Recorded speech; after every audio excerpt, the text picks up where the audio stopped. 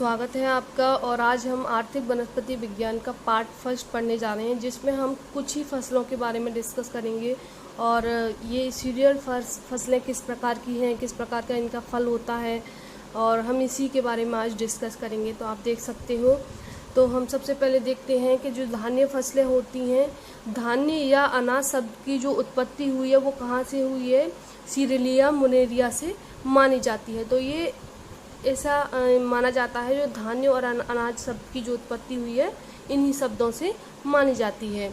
Next देख लेते हैं।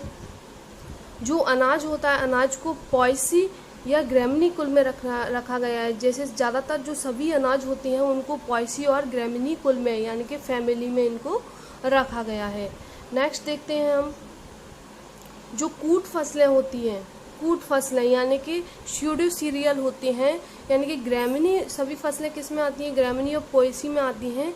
ग्रैमिनी और पॉयसी के अतिरिक्त बे फसलें यानी कि ये तो होती हैं, लेकिन इसके अतिरिक्त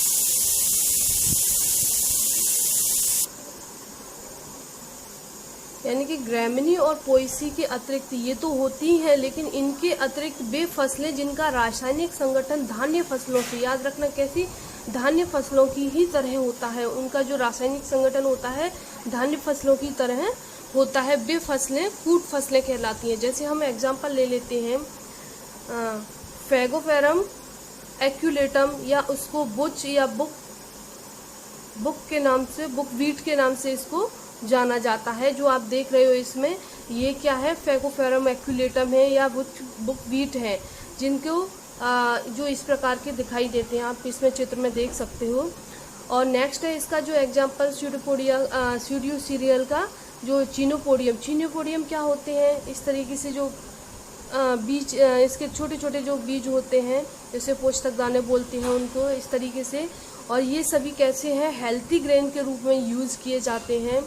तो इसका बहुत ज़्यादा यूज किया जाता है खाने के लिए। नेक्स्ट बात कर लेते हैं हम अमरंथस। जितने भी जो स्यूडो सीरियल्स होते हैं यानी कि कूट फसलें होती हैं, जो अमरंथस स्पीसीज के अंतर्गत आती हैं, और जो अमरंथस होता है वो किस प्रकार का, इस प्रकार का दिखता है, और इसके भी ग्रैन इसी तरीके के निकलते हैं। तो ये किस प्रकार की फसलें हैं? ये कूट फसलें, आप देख सकते हो इनको। तो ये अमरंथस किस प्रकार की फसलें हैं? कूट फसलें हैं। नेक्स्ट चलते हैं अनाज। यहाँ हम अनाज की बात कर रहे हैं। तो सभी अनाज होते हैं, ज़्यादातर सभी अनाज वो कैसे होते हैं, उनका फल कैसा होता है? याद रखना, फल की बात की जा रही है तो फल कैरियोप्सिस होता है। यहाँ पे कैरियोप्सिस की बात की जा रही है, तो कैरियोप्सिस क्या होता है उसके बारे में हम बता देते हैं। तो जो अपना ये पहले तो याद रखना, ये कैसा होता है? एक बीजीय फल होता है। एक बीजीय फल मतलब क्या होता है? मोनोकॉट्स होता है, एक बीजीय फल होता है।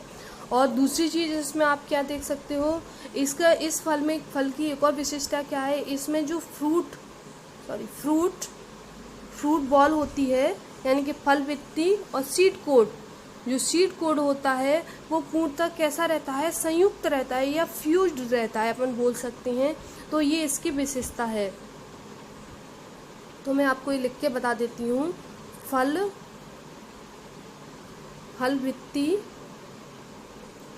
वित्ती प्लस इसमें हम बात करें सीड कोड माने बीजावरण। और ये कैसा रहता है? संयुक्त रहता है। तो ये पॉइंट याद रखने का है। जो कैरियोप्सिस फल की जो विशेषता होती है, क्या होती है उसमें, ये सारी चीज़ें देखने को मिलती हैं। और ज़्यादातर अनाज फैमिली में इसी प्रकार का फल पाया जाता है। अब हम बीट्स की बात कर लेते हैं, गेहूं। तो गेहूं की बात करें तो इसका सबसे पहले हमें जानना जरूरी है वानस्पतिक नाम क्या है। ये फल तो हमें पता चल गया, कैरियोप्सिस है, और ये ट्रेटिकम एस्टिकम है इसका वानस्पतिक नाम। कॉमन नाम को अपन गेहूं के नाम से जानते हैं। फैमिली कौन सी है इसकी? पॉयसी फैमिली है। नेक्स्ट चलते हैं। इसका जो उद्भव केंद्र माना जाता है दक्षिण पश्चिम या यूरोप से इसको माना जाता है, दक्षिण पश्चिम एशिया को माना जाता है इसका केंद्र। गेहूं, भारत में जो गेहूं की आबादी होती है उसका आबादी का जो मुख्य भोजन है वो कौन है? गेहूं है। याद रखना, जो आधी आबादी क्या खाती है? गेहूं ही अपना भोजन के रूप में यूज करती है।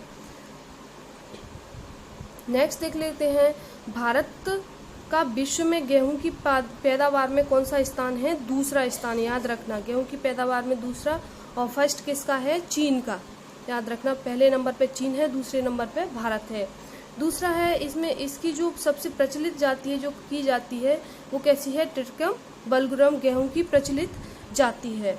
नेक्स्ट देख लेते हैं, जो टिट्रिकम एस्टिवम या जो अभी अपन पढ़ रहे हैं एस्टिवम, इसको ब्रेड वीट के नाम से जाना जाता है, जो विश्व में 95% इसकी पैदावार होती है। अगर हम देखा जाए भारत में तो शायद इसकी 88% की समथिंग मानी जाती है, और विश्व में 95 इसकी पैदावार मानी जाती है।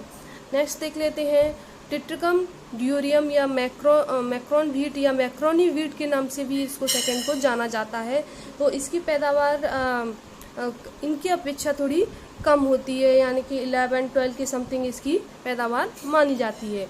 नेक्स्ट देख लेते हैं, टिट्रिकम डाइकोकम या एम्बर व्हीट या हॉयलेट व्हीट के नाम से इसको जाना जाता है, और इसकी पैदावार बहुत कम होती है। ये कैसा होता है? ट्रिप्लॉइड होता है, यानी कि 28 इसमें गुणसूत्र के द्वारा इसको बनाया जाता है। अब भारत की जो अन्य फसलें आप जानती होंगे, जैसे सोनेरा हुआ, सोनारा 46, NP 84, साबरमती सोनार, सोनालिका, मोती, सोना, ये सभी गेहूं की फसलें हैं जिनको पहचान के खरीदा जाता है और लिया जाता है। अब हम राइस की बात कर लेते हैं, चावल की। चावल तो हमें सबसे पहले जानना चाहिए इसका वानस्पतिक नाम क्या है। ओराइजा सटाइवा है। कॉमन नेम चावल या धान या पैडी के नाम से इसको जाना जाता है। फैमिली पॉयसी फैमिली है इसकी। नेक्स्ट देख लेते हैं, अब देखो चावल का जो विश्व में जो प्रथम स्थान तो चीन का है। अब देखो चीन सभी उत्पादन में सबसे आगे है, और भारत का दूसरे नंबर पे इसका स्थान है। विश्व का कुल 80% चावल चीन, भारत, बांग्लादेश, पाकिस्तान, जापान आदि देशों से ही प्राप्त किया जाता है, इतना चावल होता है। अब इसकी हम कुछ जातियों के बारे में बात कर लेते हैं। तो प्रमुख जातियाँ कौन कौन सी हैं? जैसे आप खरीदते हैं चावल, साबरमती, जमुना, कृष्णा, बासमती राइस, ये सभी उत्तम प्रकार की क्वालिटी की चावल हैं। काली मूंछ, तो इसकी कुछ प्रजातियां हैं। आज हम इतनी ही